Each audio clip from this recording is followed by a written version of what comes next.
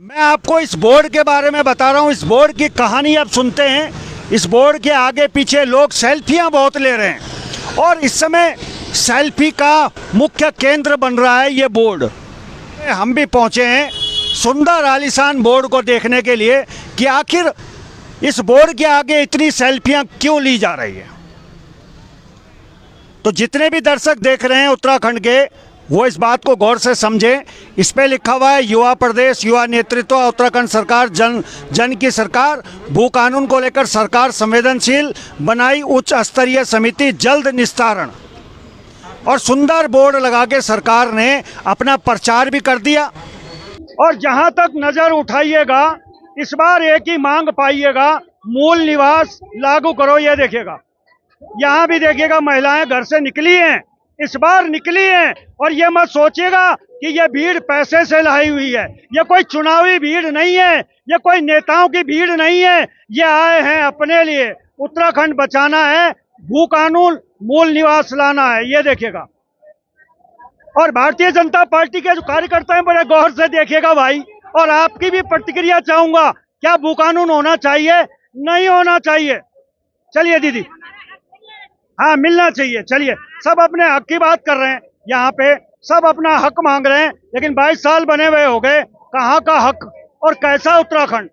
ये सब ऋषिकेश से पहुंचे हैं। ये देखिएगा, अभिवादन कर रहे हैं हाथ हिलाकर। ये देखिएगा, ये है उत्तराखंड को लेके इनका अटूट प्यार, अटूट विश्वास। ये देखिए, ये देखिए, इनके जोश में कोई कमी नहीं है। ये देखिएगा, भरपूर जोश है, जोश से लबालब है ये देखिएगा। चलिए, बहुत बहुत धन्यवाद। चलिए, भू कानून की अगर मैं बात करूं तो 2022 के चुनाव से पहले दीनदयाल उपाध्याय पार्क पर कुछ बैनर लगे थे जिनमें कहा था कि इसके लिए एक कमेटी बन गई है और जल्द इसे लागू किया जाएगा। लेकिन साहब 2022 भी बीता, चुनाव भी बीते और वो पोस्टर गायब हो गया है। जब भी इस तरीके के लोग इकट्ठा होते हैं, मैं हमेशा इतिहास को याद करता हूँ। यकीन मानिएगा, उत्तराखंड का इतिहास बहुत स्वर्णिम है। और ऐसे ही वो लोग थे जब राज्य आंदोलन शुरू हुआ और राज्य की लड़ाई लड़ी गई। चेहरे बदल सकते हैं लेकिन तख्तियां कुछ ऐसे ही थी, मंजर ऐसा नहीं था, लेकिन इससे जुदा भी नहीं रहा होगा। इस समय ये जो लोग आप देख रहे हैं, इसमें महिलाएं भी हैं, पुरुष भी हैं, यानी कि बच्चे, बूढ़े और जवान, और सबकी जबान पर एक ही नाम है कि मूल निवास 1950 और भू कानून लागू करो। ये देखिएगा, कुछ लोगों कह रहे हैं कि हिमाचल की तर्ज पर भू कानून हो। सरकार हिमाचल की तर्ज पर नहीं बनाते हम, लेकिन भू कानून हम हिमाचल की तर्ज पर जरूर मांगते हैं। ये हमारे लिए बहुत अच्छी बात है। तो यहाँ एक बार फिर से तस्वीरें आप देखिएगा, यूकेडी के जो समर्थक हैं, कार्यकर्ता हैं, उन्होंने यहाँ कदम रखे हैं। और यहाँ पे आप देखिएगा, यहाँ पे जो राज्य आंदोलनकारी हैं, जगमोहन जी को आप देख सकते हैं, यहाँ से एक जोश भरने का काम किया जा रहा है कार्यकर्ताओं के बीच में।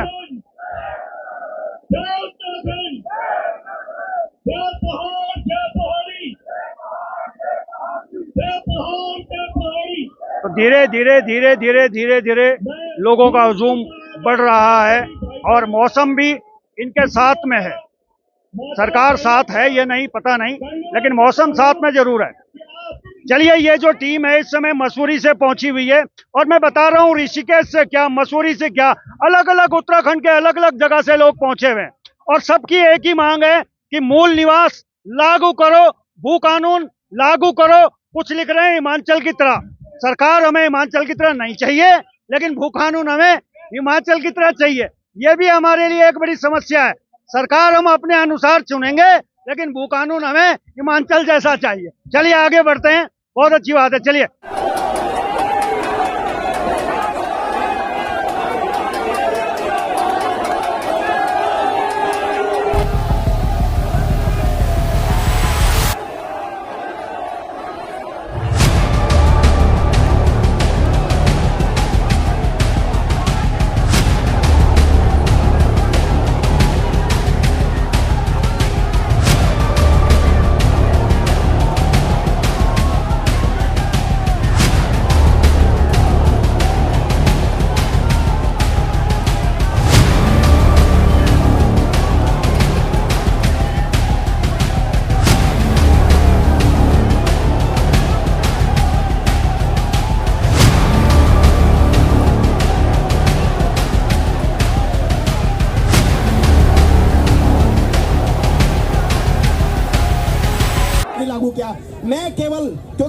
उत्तराखंडी हैं, हिमालय हमारी पहचान है और हिमालय की एक छोटी सी कविता से आपसे जोड़ता हुआ आपका आह्वान करता हूं कि इस आंदोलन की रणभेरी तब तक बंद नहीं होनी चाहिए जब तक आप उस अड़ी हिमालय की तरह आगे बढ़ते नहीं है। कि खड़ा हिमालय बता रहा है डरो ना आंधी पानी से, खड़ा हिमालय बता रहा है डरो ना आंधी पानी से, खड़े रहो तुम अविचल होकर सब संकट तूफानी में, टिको ना अपने पद से तो तुम, टिको ना अपने पद से तो तुम सब कुछ पा सकते हो प्यारे, तुम भी ऊंचे उठ सकते हो, छू सकते हो नभ के तारे।